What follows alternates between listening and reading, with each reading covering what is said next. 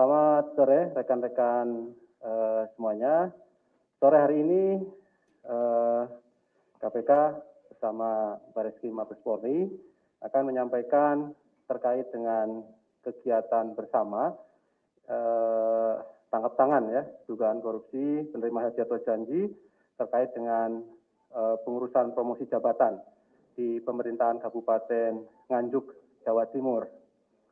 Karena ini adalah kegiatan bersama, maka acara sore hari ini juga dihadiri bersama, ya, selain pimpinan KPK, juga hadir Pak Kabareskrim dan juga Direktur Tindak Pidana Korupsi pada Bareskrim Polri.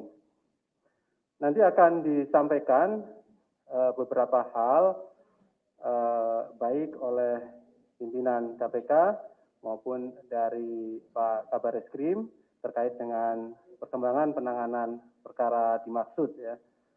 Seperti biasa, setelah itu juga nanti kami beri kesempatan pada rekan-rekan untuk bertanya lebih lanjut terkait dengan perkara ini. Jadi kita fokuskan pertanyaan sore hari ini hanya terkait dengan kegiatan tangkap tangan yang dilakukan antara KPK dan Bareskrim gitu ya. 3 orang penanya nanti kami beri kesempatan untuk 1 sesi, mengingat waktu sudah cukup sore untuk persiapan buka bersama, buka puasa. Baik, kami silahkan pimpinan Ibu Lili untuk menyampaikan beberapa poin terkait dengan kegiatan tangkap tangan yang dilakukan kerjasama antara Bareskrim dan KPK dimaksud. Kami silakan Ibu. Terima kasih Mas Ali Fikri. Assalamualaikum warahmatullahi wabarakatuh. Selamat sore rekan-rekan jurnalis yang kami hormati Pak Kabareskrim, Pak Agus, Pak Joko, Pak Dirtipikor. Pada sore hari ini kami ingin menyampaikan beberapa pointer terkait kegiatan bersama tangkap tangan, tetapi nanti keterangan-keterangan lain akan ditambahkan oleh baik Pak Kabareskrim maupun juga oleh Pak Joko secara teknis. Kami menyampaikan bahwa kegiatan bersama tangkap tangan dugaan korupsi, penerimaan hadiah atau janji yang terkait dengan pengurusan promosi jabatan pada pemerintah Kabupaten Nganjuk di Jawa Timur. Sejak akhir Maret 2021 dapat kami sampaikan, KPK menerima laporan adanya dugaan penerimaan hadiah atau janji yang terkait dengan pengisian jabatan pada perangkat desa dan camat pada lingkungan pemerintah Kabupaten Nganjuk di Jawa Timur. Lalu kemudian tim pengaduan masyarakat KPK menindaklanjuti laporan masyarakat sebagaimana dimaksud. Lalu seterusnya, saat unit koordinasi dan supervisi penindakan KPK berkoordinasi dengan Direktorat Tindak Pidana Korupsi pada Bareskrim Polri, juga diperoleh informasi bahwa Bareskrim Mabes Polri juga menerima laporan pengaduan masyarakat yang sama terkait hal tersebut di atas. Dan untuk menghindari adanya tumpang tindih laporan pengaduan masyarakat ini, maka dilakukan koordinasi antara KPK dengan Bareskrim Mabes Polri. Itu ada sebanyak 4 kali dan bersepakat bahwa akan dilakukan kerjasama untuk menindaklanjuti laporan masyarakat yang dimaksud, baik mulai terkait dengan pengumpulan bahan keterangan atau full bucket maupun pada kegiatan penyelidikan. Dan Bareskrim Mabes Polri juga KPK akan melakukan penyelidikan di mana KPK akan support penuh informasi dan juga data-data kepada tim Bareskrim terkait dengan kasus di atas. Dan pelaksanaan kegiatan di lapangan juga dilakukan bersama-sama dengan tim gabungan KPK dan juga Bareskrim di Mabes Polri. Penyelesaian penanganan perkara ini akan dilakukan oleh Direktorat Tindak Pidana Korupsi Bareskrim Mabes Polri. Penyelidikan kasus ini oleh KPK dan juga bersama Bareskrim Mabes Polri dilakukan sejak pada sekitar bulan April 2021 dan kronologinya tangkap tangan ini dapat kami sampaikan pada hari Minggu 9 Mei 2021 tim gabungan KPK dan Bareskrim Mabes Polri mendapatkan informasi akan adanya penyerahan uang oleh pihak-pihak terkait dalam proses pengisian jabatan pada perangkat desa dan camat di jajaran pemerintah Kabupaten Nganjuk, Jawa Timur. Tim gabungan ini kemudian menindaklanjuti dan kemudian selanjutnya mengamankan 4 orang camat pada wilayah Kabupaten Nganjuk beserta dengan barang bukti uang. Dan setelah dilakukan permintaan keterangan, maka diperolehlah fakta bahwa dugaan penerimaan sejumlah uang itu dikumpulkan atas arahan dari Bupati Nganjuk. Tim gabungan juga menemukan fakta ada beberapa dugaan para camat juga telah menyerahkan sejumlah uang kepada Bupati Nganjuk melalui ajudannya. Dan selanjutnya juga tim gabungan KPK dan Bareskrim Mabes Polri mengamankan Bupati Nganjuk untuk dilakukan pemeriksaan lebih lanjut. Dan untuk efektivitas dan percepatan dalam penyelesaian perkara yang dilanjutkan itu oleh Direktorat Tindak Pidana Korupsi pada Bareskrim Mabes Polri, tentu KPK akan melakukan supervisi sesuai dengan kewenangan yang dimiliki oleh KPK. Dan sinergi antar aparat penegak hukum akan terus dilakukan dalam rangka penegakan hukum pemberantasan tindak pidana korupsi. Perkara ini tentu menjadi pengingat sekaligus juga peringatan kepada seluruh kepala daerah yang merupakan penanggung jawab anggaran di daerahnya untuk terus melaksanakan tugasnya dengan penuh integritas sebab KPK dan Polri juga akan tetap dan terus berkomitmen bersinergi memberantas korupsi hingga ke akarnya, hingga negeri ini bebas dari korupsi. Demikian yang kami sampaikan. Nanti kemudian berikutnya Pak Agus dan Pak Joko, silakan. Billahi taufiq wal hidayah. Assalamualaikum warahmatullahi wabarakatuh. Assalamualaikum warahmatullahi wabarakatuh. Terima kasih Bu Lili, rekan-rekan media sekalian, bahwa komitmen jajaran kepolisian bersama dengan KPK untuk meningkatkan sinergi dan kerjasama dalam rangka penanggulangan tindak pidana korupsi, sebagaimana apa yang sudah diuraikan oleh Ibu Lili sebagai komisioner KPK di dalam menangani tindak pidana korupsi. Tentunya informasi yang kita peroleh sumbernya bisa sama, Bu. Sumbernya bisa sama, yang menginformasikan tentang berbagai kejadian di wilayah yang tentu saja ini selalu kita komunikasikan antara jajaran kepolisian dengan KPK, sehingga khusus penanganan tindak pidana korupsi dalam kaitan dengan jual beli jabatan di lingkungan Kabupaten Nganjuk, tentunya ini juga sudah tadi diuraikan oleh Ibu Lili Pintauli bahwa ini sudah melalui tahapan-tahapan koordinasi, komunikasi, kemudian sharing informasi. Kemudian pada hari Minggu yang lalu, 3 personel KPK dengan 11 anggota dari Bareskrim Polri bersama-sama melaksanakan kegiatan tindak lanjut atas semua informasi yang sudah terkumpul dengan untuk melakukan operasi tangkap tangan terhadap Bupati dan perangkat-perangkat yang terlibat di dalam jaringan ini. Saya persilakan kepada Pak Joko untuk menjelaskan secara detail tentang rangkaian kegiatan keberangkatan tanggal hari Minggu yang lalu sampai dengan keberhasilan pengungkapannya terjadi. Saya persilakan. Terima kasih. Terima kasih Pak Kabar, Bu Lili, Pak Ali Fikri, dan teman-teman sekalian. Izinkan saya mencoba menyampaikan informasi berkaitan dengan koordinasi yang dilakukan oleh teman-teman KPK dengan Direktorat Tindak Pidana Korupsi. Yang tadi disampaikan koordinasi adalah bahwa dalam konstruksinya atau dugaan dalam penyelidikannya pada saat tanggal 13 April dan tanggal 16 April ada 2 penyelidikan yang dilakukan. Yang pertama 13 April adalah oleh teman-teman KPK dan 16 April oleh Direktorat Tindak Pidana Korupsi. Dugaannya apa? Dugaannya adalah ada dugaan waktu yang kita terima informasi awal adalah jual beli jabatan. Maka untuk menindaklanjuti dari koordinasi yang dimaksud tadi, dengan 2 sprindik tanggal 13 April dan 16 April, maka kita melakukan komunikasi intens, kemudian pendalaman dengan intens, maka kita bersama-sama mengkoordinasi berangkat kepada objek dan subjek yang dimaksud di Kabupaten Nganjuk. Kemudian perlu disampaikan bahwa pada hari Minggu yang tadi juga sudah disampaikan Bu Lili dan Pak Kabar Eskrim, bahwa pada tanggal 9 Mei 2021 sekira pukul 19, tim gabungan yang terdiri dari Direktorat Tindak Pidana Korupsi dan KPK telah mengamankan Bupati Nganjuk atas nama NRH dan beberapa camat dari jajaran Kabupaten Nganjuk dalam dugaan tindak pidana korupsi berupa penerimaan hadiah atau janji kepada pegawai negeri atau penyelenggara negara untuk berbuat atau tidak berbuat sesuatu yang bertentangan dengan kewajibannya terkait pada pengisian jabatan di lingkungan pemerintah Kabupaten Nganjuk, Jawa Timur.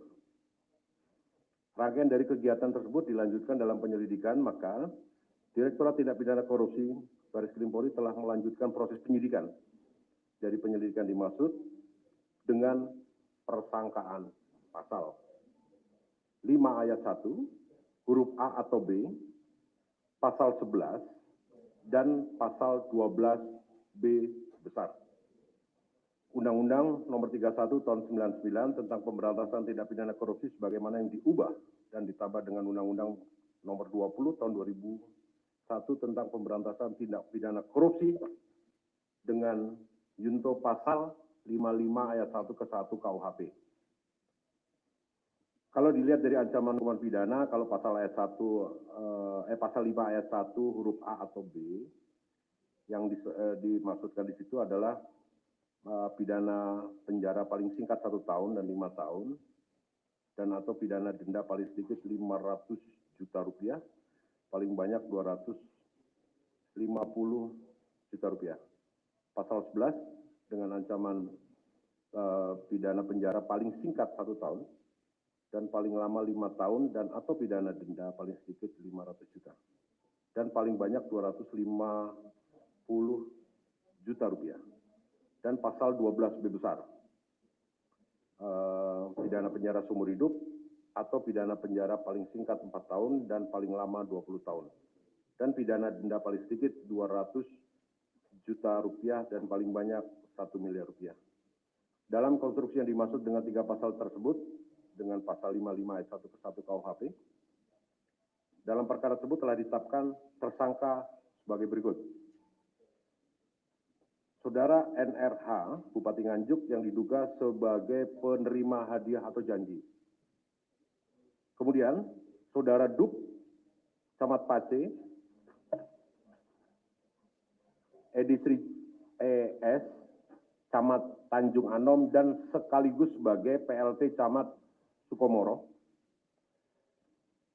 HAR, Camat Berbek, Bambang BS Camat Loceret, TBW mantan Camat Sukomoro sebagai pemberi, dan Saudara MIM, Ajudan Bupati Nganjuk yang diduga sebagai perantara penyerahan uang dari para camat dimaksud kepada Bupati Nganjuk. Barang bukti yang sudah diperoleh atau diamankan dari berangkas pribadi Bupati Nganjuk sejumlah uang 647.900.000 rupiah, kemudian 8 unit telepon genggam dan 1 buah buku tabungan Bank Jatim atas nama TBW. Perlu disampaikan di sini pada rekan-rekan sekalian adalah modus operandinya para camat memberikan sejumlah uang kepada Bupati Nganjuk melalui ajudan Bupati terkait mutasi dan promosi jabatan mereka, dalam hal ini para camat, dan pengisian jabatan di tingkat kecamatan di jajaran Kabupaten Nganjuk. Dan selanjutnya, ajudan Bupati Nganjuk menyerahkan uang tersebut kepada Bupati Nganjuk. Penyidikan akan dilanjutkan oleh penyidik Direktorat Tindak Pidana Korupsi Baris Krim Polri dengan dukungan dan kerjasama dari teman-teman KPK. Sementara itu, terima kasih. Baik, terima kasih pimpinan Bu Lili, kemudian Pak Kaba dan juga Pak Direktur Tipikor Baris Krim Polri. Pada kesimpulannya tadi kegiatan tangkap tangan bersama tersebut kemudian kegiatan penyidikannya dilanjutkan ya oleh Direktorat Tindak Pidana Korupsi Baris Krim Mabes Polri. Jadi dilanjutkan bukan diserahkan ataupun diambil alih gitu ya, tetapi adalah dilanjutkan karena memang dari awal ini merupakan kerjasama antara KPK dan Barreskrim dengan menetapkan 7 orang sebagai tersangka. Baik, kami silakan 3 orang penanya, silakan. 1, 2, sebelah kiri atas ada? 2 dulu ya. Baik, silakan Mas Yogi ya. Ya, terima kasih. Saya Yogi dari Kompas. Untuk ini bupatinya itu mematok harga untuk tiap jabatan itu berapa saja ya? Camat berapa, ketua desa berapa, mungkin kalau kepala dinas juga berapa gitu patokannya. Terus yang kedua, ini kan untuk KPK ini kasus jabatannya udah 7 kali ya kasusnya ya sama yang terbaru ini. Nah, kebetulan Bu Lili kan soal pencegahan juga. Nah, ini untuk pengawasannya agar hal serupa tidak terjadi bagaimana ya? Sudah. Oke, Mas Yogi. Berikutnya di belakang, Mas. Coba tadi sebutkan nama, dari mana? Saya Fatan dari jpnn.com. Pertanyaannya sebenarnya hampir sama, tapi pertanyaan saya yang kedua mengenai supervisi ini. Kemarin disebutkan bahwa bersama-sama. Kedepannya apabila anggaplah ada suatu kasus yang diproses bersama, kemudian terjadi dissenting opinion mengenai teknis itu, apakah bagaimana sikap antara KPK dengan Barreskrim? Terima kasih, Mas Ali. Satu ya, terakhir ya. Oke, saya Tio dari Jawa Pos. Ini tadi kalau mendengarkan paparan dari pimpinan KPK dan pimpinan Barreskrim ini 13 April ini mulai lidik KPK, terus kemudian 16 April mulai lidik Barreskrim. Tapi ternyata di eksekusinya Barreskrim yang mengambil alih penyidikan. Ini kalau misalnya kita balik, yang membantu Barreskrim ini adalah KPK atau KPK yang membantu Barreskrim, ini perlu diperjelas. Kalau lihat kronologinya ya. Terus kemudian untuk timnya di KPK ini kan beredar bahwa ada beberapa petugas KPK yang masuk daftar yang tidak lolos TWK itu. Nah ini apakah trikinya KPK sama Barreskrim untuk menghindari kasus ini agar tidak diperadilankan? Oke, terima kasih, itu aja. Terima kasih Mas Tio, Mas Yogi, Mas Fatan. Kami silakan Ibu ataupun Pak Kabar Skrim.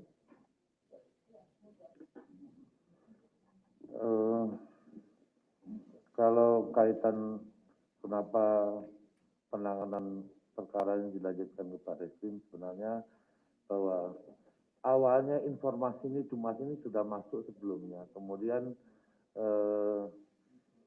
dari KPK mengeluarkan sprindidik tanggal 13, kami kebetulan mengeluarkan sprindidik tanggal 16. Kemudian dari hasil komunikasi dan koordinasi, ternyata bahwa saksi-saksi dan dokumen-dokumen pendukung yang dimiliki oleh kami, menurut Satgas yang melaksanakan koordinasi bahwa bobotnya lebih tinggi, sehingga pada saat itu secara intens dilakukan komunikasi dan diputuskan untuk Barreskrim yang dikedepankan.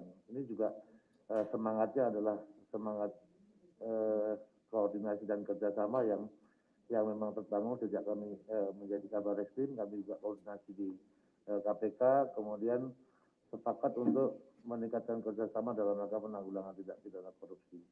Kemudian tidak ada kaitan yang lain. Dari informasi penyidik tadi untuk di level perangkat desa itu antara 10 sampai 15 juta. Kemudian untuk jabatan di atas itu sementara yang kita dapat informasi 150 juta, kemungkinan ada atas lagi. Ini kan masih awal, nanti akan kita lakukan pendalaman dan pengembangan. Mudah-mudahan dari hasil penyidikan kita akan mendapatkan informasi yang lebih lengkap. Hasil selama ini praktek jual beli jabatan di lingkungan Kabupaten Nganjuk ini seperti apa? Kalau tadi informasinya hampir semua desa itu perangkat desanya juga melakukan pembayaran, jadi kemungkinan untuk jabatan-jabatan lain juga mendapat perlakuan yang sama. Ini kira-kira gitu yang dapat kami sampaikan. Ya, terima kasih. Saya tambahkan buat Mas Fatan, Mas Tio, dan juga Mas Yogi, bahwa sebenarnya peran pengawasan juga kan ada 8 intervensi area dari teman-teman pencegahan ya. Jadi salah satunya memang soal bagaimana rekrutmen, bagaimana mutasi dan rotasi. Nah, tentu kegiatan-kegiatan ini juga akan kami pastikan kepada teman-teman Korsup yang berada di wilayah Jawa Timur. Jadi memang ketika ada kasus yang berhubungan dengan penindakan, maka teman-teman di pencegahan memang akan intens masuk. Di mana kekeliruan itu? Saya juga belum punya catatan apakah Kabupaten Nganjuk dengan 8 NCP yang dilakukan monitor oleh KPK, mereka punya grade yang baik apa tidak gitu. Jadi saya belum ngecek seluruhnya, Mas Yogi. Dan kemudian karena ini kasusnya berawal dari koordinasi, jadi bukan supervisi, karena sifatnya kalau supervisi sekarang, kita ada penetapan di pimpinan, di kita semua untuk menentukan bahwa ini kasus di supervisi. Tetapi ini lebih pada koordinasi, jadi saling mendukung, saling support data, dan kemudian bagi kami bahwa ke depannya kita juga akan memastikan kasus ini berjalan. Nah, kalau soal dissenting opinion, saya pikir ini tidak akan ada terjadi karena masing-masing akan melakukan koordinasi di internal, dan ini tidak satu kali. Jadi tadi kalau untuk kasus Nganjuk ini ada 4 kali ya, Pak Kabar Eskrim kita lakukan, dan ini saling melihat mana yang saling melengkapi datanya. Dan Kabar Eskrim apakah membantu atau KPK membantu, keduanya saling bantu, saling dukung data, saling support tenaga, dan kemudian kita berpikir bahwa ini karena Kabupaten Nganjuk, kenapa tidak berada di sana, misalnya tidak usah KPK karena pembiayaan sangat mahal dan seterusnya. Apalagi soal jual beli jabatan mulai tingkat desa sampai tingkat kecamatan. Nah, tadi sudah dijelaskan oleh Pak Joko dan Pak Agus tentang jumlah uang yang ternyata diambil dan bervariasi untuk itu. Dan ini tidak ada urusannya dengan berhubungan dengan soal pegawai tadi. Jadi ini memang benar-benar karena kasusnya bersamaan laporan pengaduannya, lalu kita lihat walaupun berbeda sprindik, tetapi ternyata kita melihat ini kita bisa mensupport Bareskrim, kenapa tidak ini kita lakukan. Dan ini koordinasi yang dimaknai oleh kita bersama. Saya pikir itu teman-teman. Terima kasih. Baik, terima kasih. Ada tambahan Pak? Cukup? Cukup ya? Sudah ya? Oke.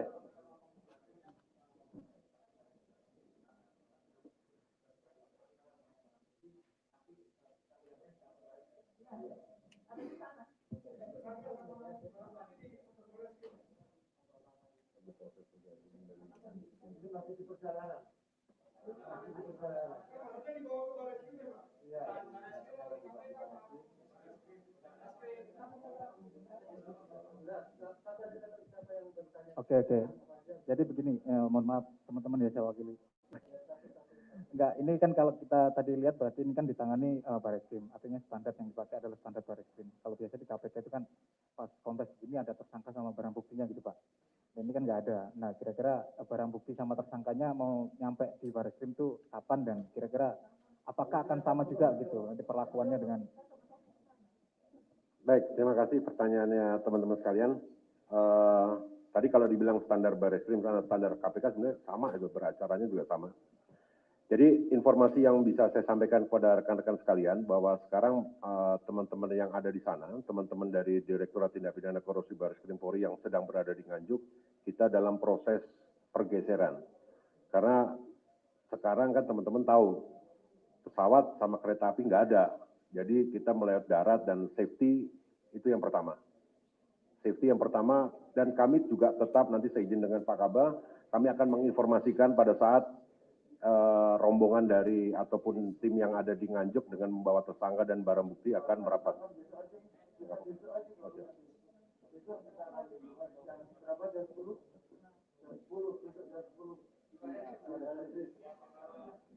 Oke ya, saya kira sudah jelas teman-teman ya, untuk acara lanjutan besok ada di Bareskrim sekitar jam 10.